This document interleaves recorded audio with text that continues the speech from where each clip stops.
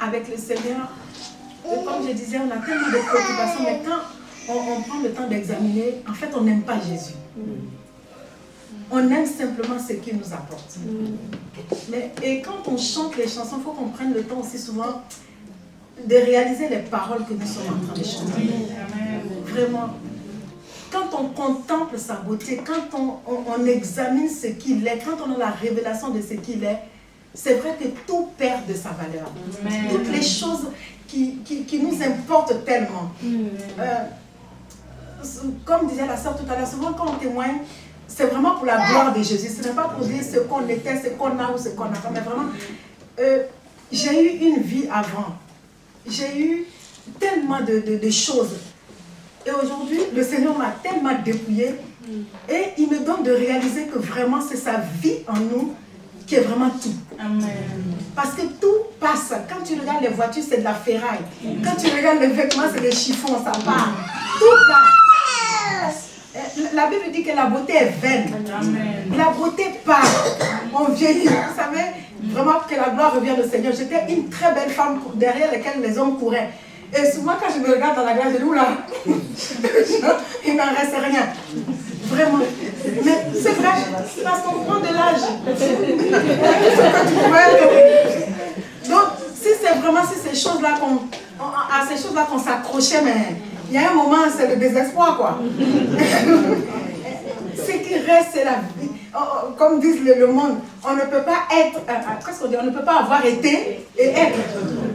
Pour dire que c'est tout ce qui demeure, c'est la vie de Christ en nous. Amen. Et quand le Seigneur me donne de réaliser ce qu'on arrive à faire avec lui, tu dis, oui Seigneur, aujourd'hui tu m'as donné ce qui est véritable. Amen. Tu m'as donné des choses qui ont vraiment de la valeur, parce que ça demeure. Et ça reste dans le temps. Vraiment que Dieu nous donne de nous accrocher à sa vie en nous, à sa parole en nous, parce que ça demeure. Et ça bâtit. Et Dieu m'avait permis de payer même des études pour des gens, de donner de l'argent aux gens. Et tu regardes au fil des années, même l'argent que tu donnais aux gens, ils n'ont rien fait avec. Ça ne servait à rien. Mais quand tu regardes des vies dans lesquelles tu as annoncé la parole, ou que Dieu t'a donné, des personnes que Dieu t'a donné d'encadrer, tu te rends compte que cela a produit vraiment des choses dans la vie des gens. Je ne sais pas pourquoi je suis en train de parler de ça, parce que au départ, ce n'était pas ce qui était prévu. Mais Dieu veut vraiment qu'on s'accroche à cette vie qu'il a mis. Parce que ça produit des choses pour l'éternité. Et ça demeure. Alors, le Seigneur me conduit à parler aujourd'hui de la sobriété.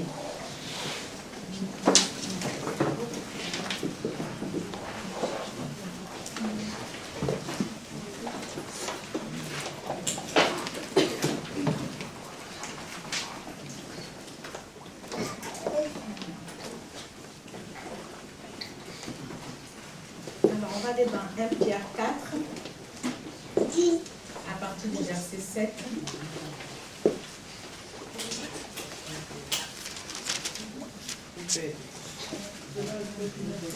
1 Pierre 4, à partir du verset 7.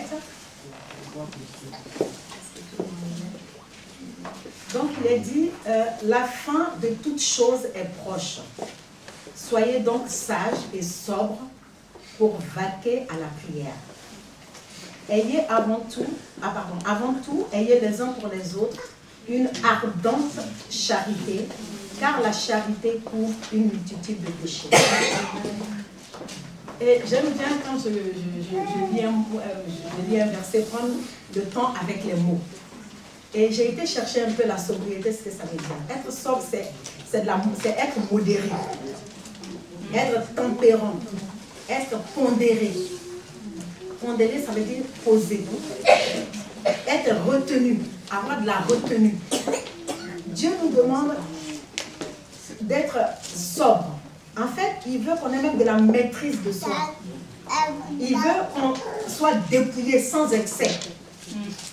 Parce qu'aujourd'hui, nous sommes dans un monde où il y a de l'excès par rapport à tout. J'observe quand on était plus jeunes, je vois comment nos parents vivaient, nos grands-parents vivaient, même nous, en tant que, on était jeunes, comment on vivait, et je regarde même les jeunes d'aujourd'hui, tout est dans l'excès. Excès de nourriture. Avant, en tout cas, je ne sais pas ce qu'il en est ici en Europe, moi j'étais en Afrique, même quand on faisait à manger, on vous servait même les viandes et les poissons, c'était juste des petites quantités pour accompagner ce qu'on mangeait. Mais aujourd'hui, on a de l'abondance, donc on est dans l'excès par rapport à tout.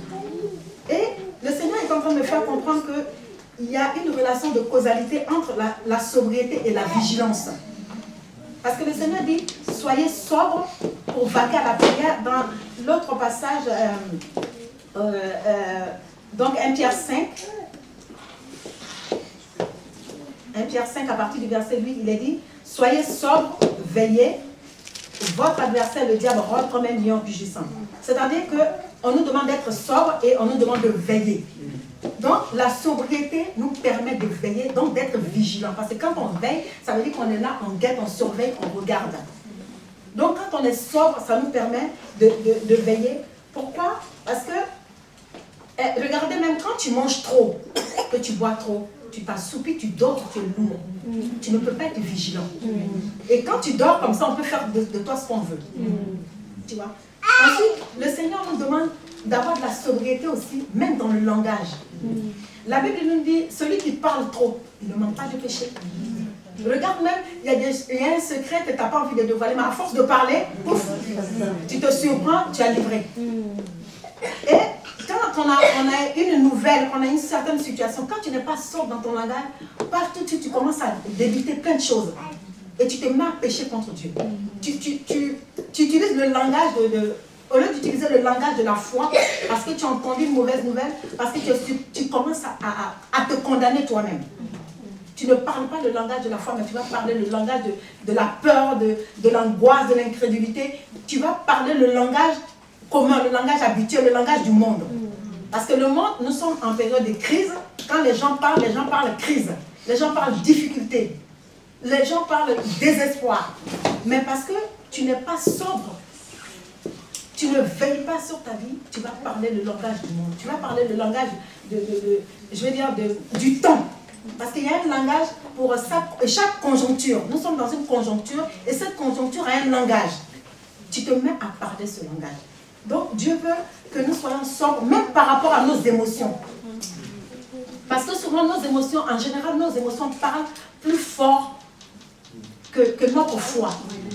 Nos émotions parlent plus fort que je ne sais pas, que la parole de Dieu qui est en nous.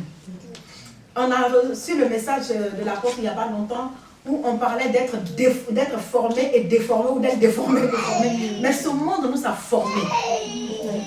Ça nous a formés, notre culture nous a formés. Nos traditions nous ont formés. La situation actuelle nous a formés. Mais nous devons être sobres. Sobres même dans l'écoute de ce que les choses, les informations qui nous viennent. Il faut qu'on soit sobre dans toutes choses. Et le Seigneur nous dit, soyez sobres pour pouvoir veiller. Si on n'est pas sobre, on ne peut pas veiller. La sobriété nous amène à veiller. Donc il faut qu'on apprenne vraiment à être sobre, à nous maîtriser, à nous débrouiller. Et cette sobriété, le Seigneur, vous voyez, il nous dit, soyez sobre. D'abord, il nous dit, soyez sages. Je me dis, quand on est sage, ça nous amène à être sobre. La sagesse, le Seigneur ne parle pas en vain, il y a un lien entre toutes choses. Et la Bible nous parle dans les livres de Proverbes de rechercher la sagesse. J'ai observé souvent parmi les chrétiens, on peut craindre Dieu, on peut avoir la parole, on peut avoir une vie de prière, on peut aimer Dieu. Mais très souvent, on n'est pas sage. Et ce manque de sagesse-là crée des dégâts. Ça crée des dégâts. Donc, il faut rechercher la sagesse. Et quand on a la sagesse, quand on acquiert la sagesse, et la sagesse aussi s'acquiert au pied de Jésus. C'est quand vraiment on est dans l'intimité avec le Seigneur, dans notre vie de prière, parce qu'on est sobre et qu'on recherche la vie de Dieu, on acquiert la sagesse. La Bible dit qu'il y a d'abondantes joies devant la face du Seigneur, il y a des délices éternelles à sa droite. À ses pieds, on acquiert la sagesse.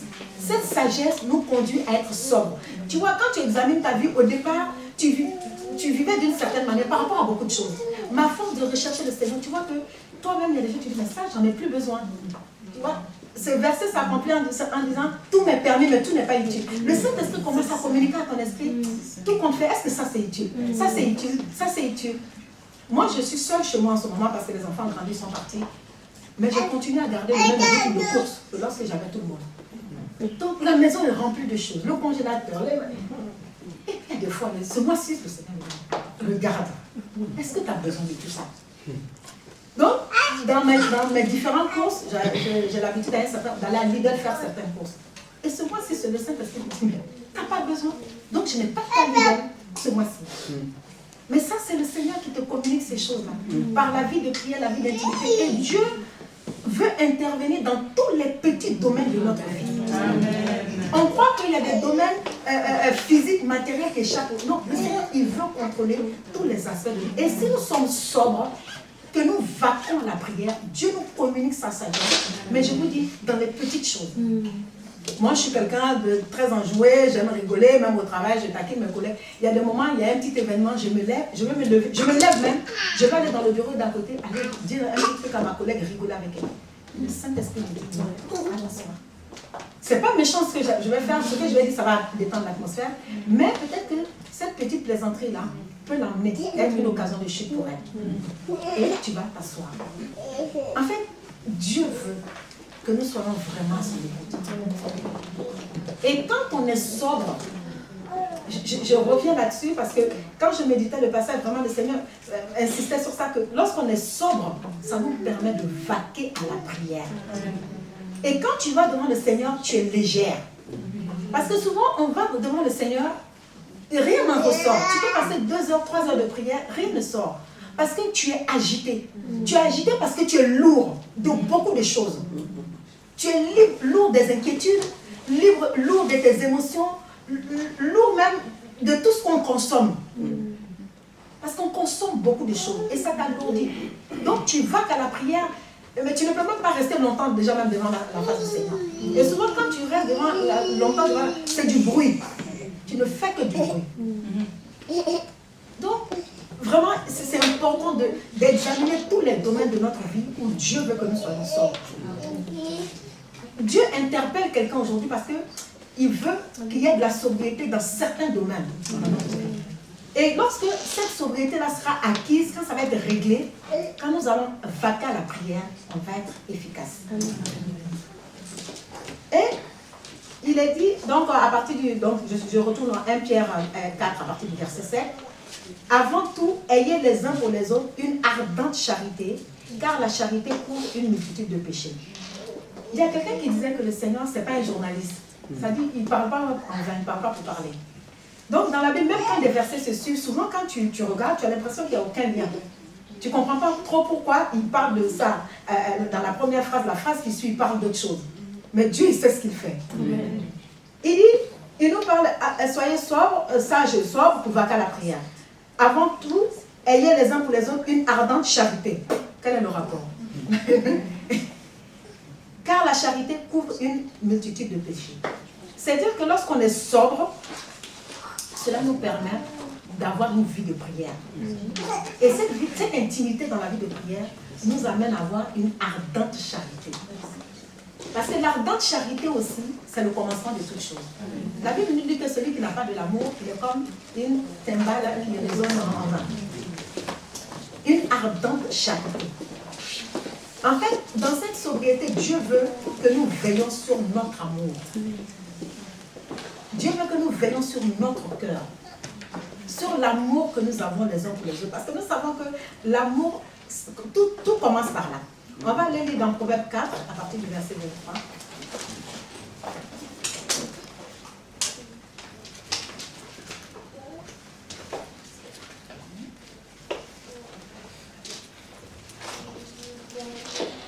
Proverbe 4, verset 23, il est dit, « Garde ton cœur plus que toute autre chose, car de lui viennent les sources de la vie.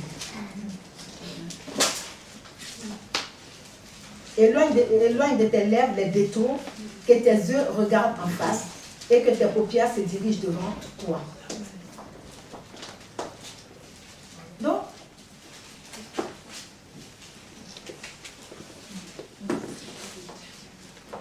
Donc, Dieu veut que pour manifester l'ardente charité, il faut que nous gardions nos cœurs.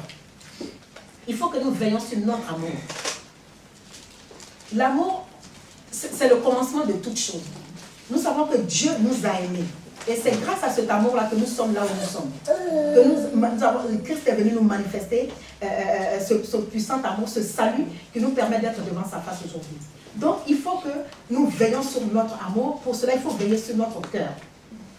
David n'a pas veillé sur son cœur. Nous savons que là où cela l'a conduit. Cela l'a conduit, pendant que les autres étaient à la guerre, à jeter son regard là où il ne devait pas jeter son regard. Et cela a créé en lui, cela l'a conduit à pécher. La sobriété nous permet d'être vigilants et de ne pas nous asseoir avec les moqueurs. La sobriété nous permet même de veiller sur notre langue. La sobriété nous aide même par rapport à notre manière de manger. Et nous savons que lorsque nous mangeons trop, qu'est-ce qui se passe? Nous nous alourdissons. Nous nous alourdissons, nous nous assoupissons. Donc il est important vraiment de veiller sur son amour, de veiller sur son cœur et d'éviter de broncher n'importe comment. Parce que nous sommes sobres. Nous allons lire Jacques 3 à partir du verset 2.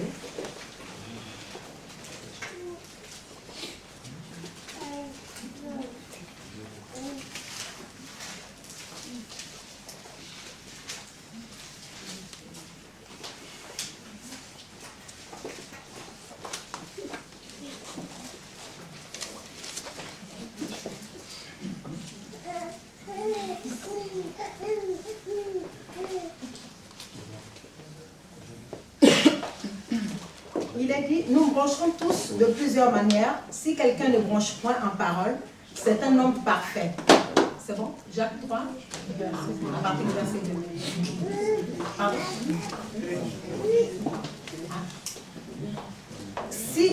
Pardon? Nous branchons tous de plusieurs manières. Si quelqu'un ne branche point en parole, c'est un homme parfait, capable de tenir tout son corps en bride.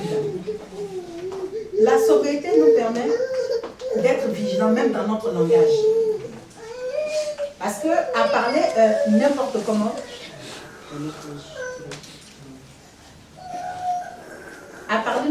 à parler trop, à parler n'importe comment, cela nous permet de pécher contre Dieu.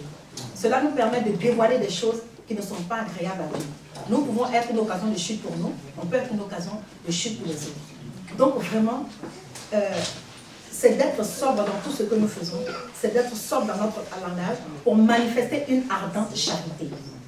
Donc il est important vraiment de veiller sur nos vies. Et ce jour-là, David n'avait pas veillé et il s'est retrouvé dans le péché. Donc vraiment, c'est de nous encourager à vivre dans la sobriété, pour vaquer à la prière, pour demeurer dans l'esprit de Dieu et pour demeurer dans la crainte du Seigneur, pour que la vie de Dieu puisse couler en nous. Donc c'est tout ce que j'avais à partager avec vous. Amen.